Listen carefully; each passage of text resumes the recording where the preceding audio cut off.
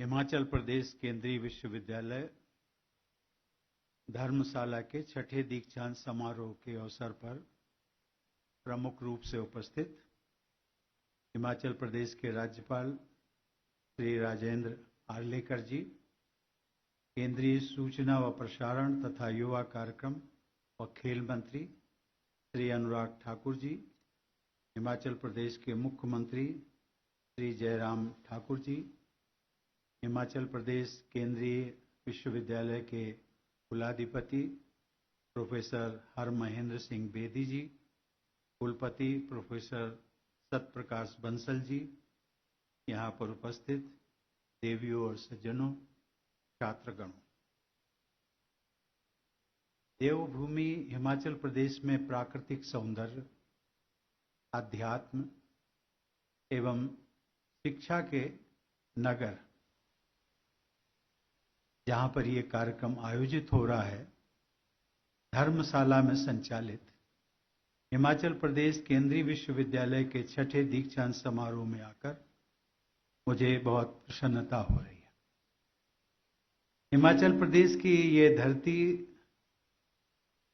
तिरंगे के लिए जान न्यौछावर कर देने वाले बलिदानियों की धरती है। धर्म अर्थात कर्तव्य का स्थान धर्मशाला, शक्ति पीठों तथा आध्यात्मिक केंद्रों की भी यही स्थली है। इस पावन भूमि को मैं बार बार नमन करता हूं।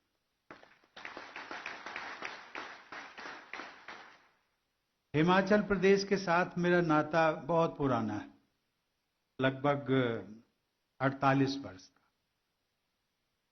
मुझे याद है कि पहली बार मैं वर्ष 1974 में हिमाचल प्रदेश आया था और उसके बाद यहाँ का प्राकृतिक सौंदर्य तथा स्नेही लोग मुझे बार बार आकर्षित करते रहे हैं और करते रहेंगे। देवियों और सज्जनों, हिमाचल प्रदेश केंद्रीय विश्वविद्यालय ने राष्ट्रीय शिक्षा नीति 2020 की अनुशंसाओं के अनुसार अनेक प्रणालियों को लागू करने की पहल भी की है। मैं समझता हूं कि इस प्रकार की पहल से विद्यार्थियों में नवीन कौशल, ज्ञान और क्षमताओं का विकास होगा तथा वे स्वावलंबन तथा राष्ट्र सर्वोपरि की भावना के साथ जीवन में आगे बढ़ते रहेंगे। मुझे विश्वास है कि राज्यपाल श्री राजेंद्र आर्लेकर जी जैसे कर्मठ विद्वान और मुख्यमंत्री श्री जयराम ठाकुर जी के सक्षम नेतृत्व से हिमाचल प्रदेश तथा यहाँ के सभी शिक्षण संस्थान विकास पथ पर निरंतर अग्रसर होते रहेंगे। हिमाचल प्रदेश के ही निवासी श्री अनुराग ठाकुर जी के प्रयासों से देश के युवाओं के हित में जो कदम उठाए जा रहे हैं, उनका लाभ हिमाचल प्रदेश के युवाओं को भी मिल रहा है। इस विश्वविद्यालय को श्री हरमहेंद्र सिंह बेदी जैसे योग्य कुलाधिपति का मार्गदर्शन प्राप्त हो रहा है। संयोग से इसी वर्ष उन्हें राष्ट्रपति भवन में पद्मश्री से सम्मानित करने का मुझे अवसर प्राप्त हुआ था। विश्वविद्यालय के कुलपति के नेतृत्व में ये संस्थान आगे बढ़ रहा है। इस तथ्य पर हिमाचल प्रदेश के सभी निवासी गर्व का अनुभव करते हैं कि नीति आयोग द्वारा जारी किए गए एसडीजी इंडेक्स 2020-21 के अनुसार उच्चतर माध्यमिक स्तर पर जीईआर की दृष्टि से हिमाचल प्रदेश का देश में सर्वोच्च स्थान है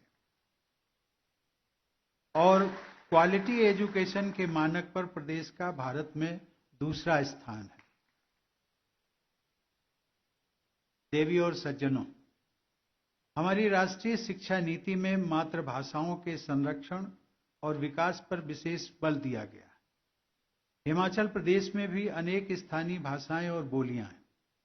हिमाचल प्रदेश में सराइकी भाषा के लिए सराहनीय कार्य करने वाले भाषा सेवी श्री विद्यानंद सराइक को इसी वर्ष राष्ट्रपति भवन में पद्मश्री से सम्मानित करने का भी मुझे गौरव प्राप्त हुआ।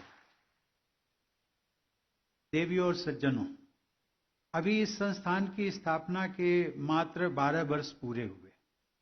विश्वविद्यालय के आरंभिक वर्षों के विद्यार्थीगण अब विभिन्न क्षेत्रों में अपनी महत्वपूर्ण जिम्मेदारियां निभा रहे होंगे। यह उपयुक्त समय है कि विश्वविद्यालय का एलुमनाई एसोसिएशन सक्रिय हो और उसका वार्षिक या 2 वर्षों में एक बार गेट टुगेदर भी आयोजित हो। किसी भी संस्थान के पूर्व विद्यार्थीगण अपने संस्थान के लिए विशेष लगाव महसूस करते हैं। इस भावना को संस्थान के लिए उपयोगी स्वरूप प्रदान करने में एलुमनाई एसोसिएशन की महत्वपूर्ण भूमिका होती है। प्रिय शिक्षकगण, हमारी परंपरा में कहा गया है कि अन्नदानम परम दानम विद्या दानम अतः परम, अन्नेन क्षणिका तृप्ति यावत जीवम च विद्या, अर्थात अन्नदान परम दान है और विद्या दान का उससे भी बड़ा है, क्योंकि अन्न से क्षण भर की तृप्ति होती है जबकि विद्या से आजीवन तृप्ति बनी रहती है। शिक्षा किसी भी देश के निर्माण की आधारशिला होती है। शिक्षा ऐसी होनी चाहिए जो विद्यार्थी के अंदर बौद्धिकता और कौशल का तो विकास करे ही, उसके नैतिक बल और चरित्र बल को भी मजबूत बनाए। मुझे विश्वास है कि हमारे शिक्षकगण ऐसी शिक्षा प्रदान करने का अपना दायित्व जिम्मेदारी से निभाते रहेंगे। मेरे प्यारे विद्यार्थियों, जो भी देश विश्व में अग्रणी रहे हैं, उनकी उन्नति में युवाओं की महती भूमिका रही है। साथ ही शिक्षा के क्षेत्र में महिलाओं की भागीदारी किसी भी समाज के विकास का महत्वपूर्ण मानक होता है। मुझे ये जानकर बहुत प्रसन्नता हुई कि आज के पदक विजेताओं में बेटियों की संख्या बेटों की तुलना में दोगुनी है।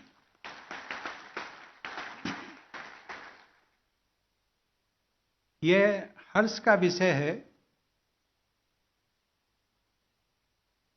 और इसके साथ ही अभी अभी एक सप्ताह पूर्व हमने देखा कि यूनियन पब्लिक सर्विस कमीशन का भी परिणाम आया और उसमें पाया गया कि सिविल सर्विसेज परीक्षा में इस साल पहले के जो 3 स्थान है वो हमारी बेटियों ने ही हासिल किए। इससे ये अनुमान लगाया जा सकता है कि समान अवसर मिलने पर हमारी बेटियों की उपलब्धियां बेटों की तुलना में कहीं अधिक होती हैं। इस तथ्य में हमारे देश व समाज के विकसित स्वरूप की झलक भी दिखाई देती है और ये भविष्य के भारत की एक झलक भी दिखाई देती है। आप जैसे युवाओं के सामने अनेक क्षेत्रों में आगे बढ़ने के अवसर उपलब्ध हैं। इन अवसरों का उपयोग करने की क्षमता भारत की युवा शक्ति के पास है। जरूरत इस बात की है कि आप सब अपनी योग्यता पर विश्वास रखते हुए मजबूत कदमों से आगे बढ़ें। प्रिय विद्यार्थियों, यह दीक्षांत समारोह आपकी दीक्षा पूरा होने का अवसर है, लेकिन आपकी शिक्षा तो जीवन पर्यंत चलती रहेगी। आप सबको हर किसी से हर कदम पर शिक्षा लेने के लिए तत्पर रहना चाहिए। अभी लगभग 15 दिन पहले पुणे, महाराष्ट्र में मुझे भगवान दत्तात्रेय मंदिर से जुड़े एक कार्यक्रम में शामिल होने का अवसर प्राप्त हुआ था। कहा जाता है कि भगवान दत्तात्रेय के 24 गुरु थे। उन्होंने पृथ्वी से लेकर छोटे बालक तक से कुछ न कुछ सीखा। पृथ्वी से उन्होंने सहनशीलता व परोपकार की भावना सीखी और समुद्र से सीखा कि जीवन के उतार चढ़ाव में भी गतिशील रहना चाहिए। और इसी के साथ साथ एक छोटे बालक से उन्होंने प्रसन्न रहना सीखा और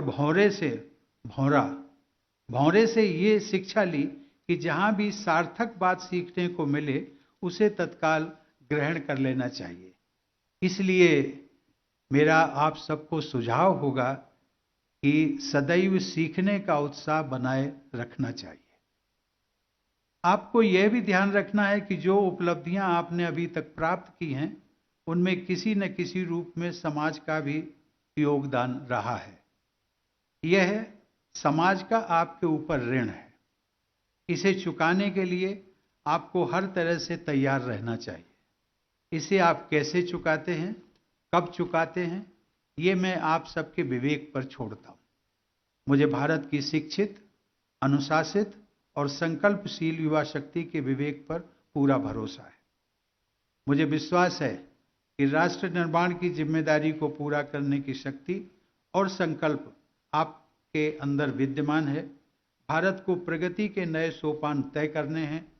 अब जब हमारे पांव मजबूती से अपनी आधार भूमि पर जम गए हैं, तब अपनी परंपरा एवं ज्ञान से बल प्राप्त करते हुए भारत को विश्व में अपना विशेष स्थान बनाना है और जल्दी बनाना है। इसमें संदेह नहीं कि लक्ष्य बड़ा है, कठिन भी है, लेकिन बड़े व कठिन लक्ष्यों को प्राप्त करना ही पुरुषार्थ कहा जाता है। पूरे आत्मविश्वास के साथ आगे बढ़ते हुए आप सब अपने कर्तव्यों को सिद्ध करें, यही मेरी मंगल कामना है। धन्यवाद। जय हिंद।